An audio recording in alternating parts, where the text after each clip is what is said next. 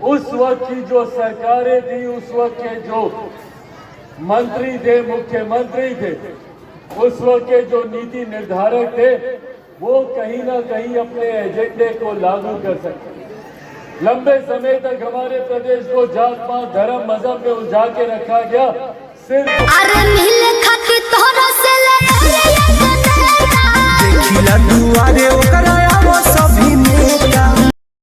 और सिर्फ अशिक्षा के कारण से।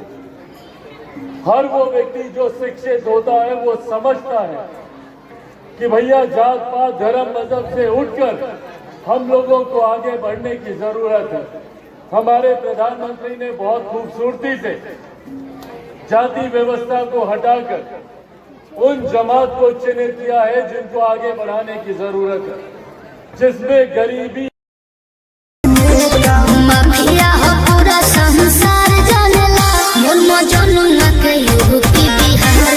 अपने में एक बहुत बड़ी जमात है और इस गरीब जाति में हर जात पात धर्म मजहब के लोग हैं। महिला है, युवा है, किसान है।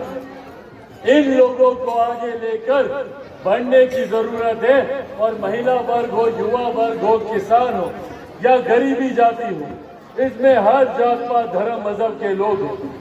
जरूरी है इनको मुख्य धारा के साथ जोड़ना, पर यह तभी संभव है जब इस वर्ग से आने वाला हर एक व्यक्ति शिक्षित होगा, शिक्षा के महत्व को समझे। चिराग भैया नमस्ते। अरे सामने समझेगा। तभी 2014 में जब पहली बार हमको सांसद बनने का सौभाग्य मिला, सबसे पहले हम लोगों ने शिक्षा के क्षेत्र पर कार्य करने का हम लोगों ने प्रयास किया। मेरे लिए ताज्जुब की बात थी कि 2014 में लगभग तब 25 साल हो गए थे जमुई को एक जिला बने और इन 25 सालों में कई सांसद विधायक आए और गए, पर वो एक केंद्रीय विद्यालय हम लोगों की लोकसभा में नहीं खोल पाए। आप लोगों के आशीर्वाद से मुझे ये सौभाग्य प्राप्त हुआ, पर मैं जानता हूं कि जब मैंने भी जमुई में केंद्रीय विद्यालय लाने की सोच सामने रखी तो कई तरीके की बाधाओं का सामना मुझे खुद स्वयं करना पड़ा। उस वक्त मेरी भी लड़ाई राज्य सरकार से चल रही थी।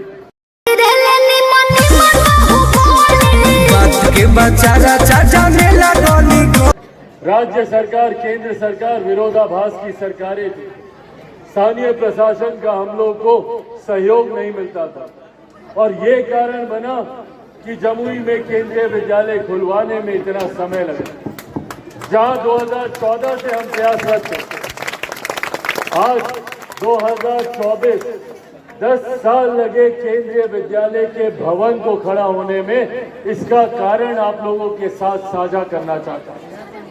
2014 से जहां केंद्र सरकार से तुरंत हमने तमाम एनओसीज इकट्ठे कर लिए थे, जितनी भी जरूरत के जो भी परमिशंस लेने थे वो हम लोग एकत्रित कर चुके थे, पर जो जमीन हम लोग को चाहिए थी केंद्र विद्यालय के भवन को खड़ा करने के लिए, वो जमीन हम लोग को नहीं दी जाती। लगातार हम लोगों ने प्रयास किया और तो और विवाद यहां तक बढ़ा, जो भी उस दौर में समाचार पत्र को पढ़ते होंगे उन लोगों ने जरूर पढ़ा होगा। एक दिन था जब समाचार पत्रों की सुर्खियां बना था। उस वक्त के डीएम साहब के माध्यम से ये कहा गया था कि स्थानीय सांसद झूठ बोल रहे हैं, यहाँ पर कभी कोई केंद्रीय विद्यालय नहीं खुलेगा।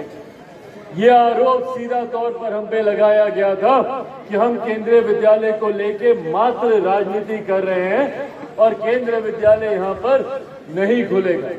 उसका कारण था क्योंकि स्थानीय प्रशासन हमको जमीन देने को तैयार नहीं थी केंद्रीय विद्यालय के लिए। उन्होंने साफ मना कर दिया था केंद्रीय विद्यालय के लिए जमीन देने से। उस वक्त की शिक्षा मंत्री स्मृति ईरानी जी से हमने मुलाकात की। उनसे हमने पूछा कि किस माध्यम से हम आपको जमीन उपलब्ध करा सकते हैं, तो उन्होंने बताया कि अगर किसी के पास व्यक्तिगत इतनी बड़ी जमीन पड़ी है जो देना चाहे और या किसी और केंद्रीय संस्थान के पास अगर ये जमीन उपलब्ध है, उस वक्त हमको जानकारी मिली कि यहाँ झाझा में रेलवे की कई जमीन यहाँ पर खाली पड़ी है। हमने रेल विभाग से संपर्क साधा। उस वक्त के रेल मंत्री सुरेश प्रभु जी से हमने आग्रह किया कि भैया आप हमको रेलवे की जमीन जो खाली पड़ी है ये उपलब्ध करा दे ताकि इस पे हम केंद्रीय विद्यालय खुलवा सकें। उस वक्त उन्होंने तुरंत इसकी अनुशंसा की और इस जमीन को उन्होंने केंद्रीय विद्यालय को देने का निर्णय किया। और आज उन्हीं प्रयासों का परिणाम है कि आज जमुई को अपना केंद्रीय विद्यालय यहाँ पर मिल सके। ये बातें आप लोगों से साझा करने का एक कारण है, ये बताना आप लोग को चाहता हूं कि आप लोगों ने जिस व्यक्ति पर भरोसा किया और पिछले 10 सालों से उसे सांसद के तौर पर यहां से बार बार चुनकर भारत की संसद में भेजने का कार्य किया, मैंने भी आप लोगों के साथ उतनी ही ईमानदारी से दिन रात विपरीत परिस्थितियों के बावजूद लगातार बिहार में हम लोग के विपरीत की सरकार रही, केंद्र में एनडीए की और लंबे समय तक बिहार में महागठबंधन की सरकार रही। तमाम विपरीत परिस्थितियों के बावजूद आप लोगों के लिए मैं प्रयासरत हूं। न सिर्फ यहाँ पर आप लोगों के लिए हम केंद्रीय विद्यालय लेकर आए, बल्कि यहीं बगल में हम लोगों ने मेडिकल कॉलेज भी लाने का कार्य किया। देश में मात्र 5 मेडिकल कॉलेज की ये योजना आई थी। पूरे देश में सिर्फ मात्र 5 मेडिकल कॉलेज खोले जाने से आज मुझे गर्व होता है ये कहने में कि उन 5 मेडिकल कॉलेजेस में से एक मेडिकल कॉलेज यहाँ हमारे जमुई में खुलने जा रहा है। उसमें भी अगर जमुई में अगर जमीन को लेकर इतनी राजनीति नहीं होती तो संभवतः आज हम लोग उस मेडिकल कॉलेज का भी उद्घाटन कर रहे होते, पर वो दिन दूर नहीं, 1.5 साल की बात और है। मेडिकल कॉलेज का भी उद्घाटन उसके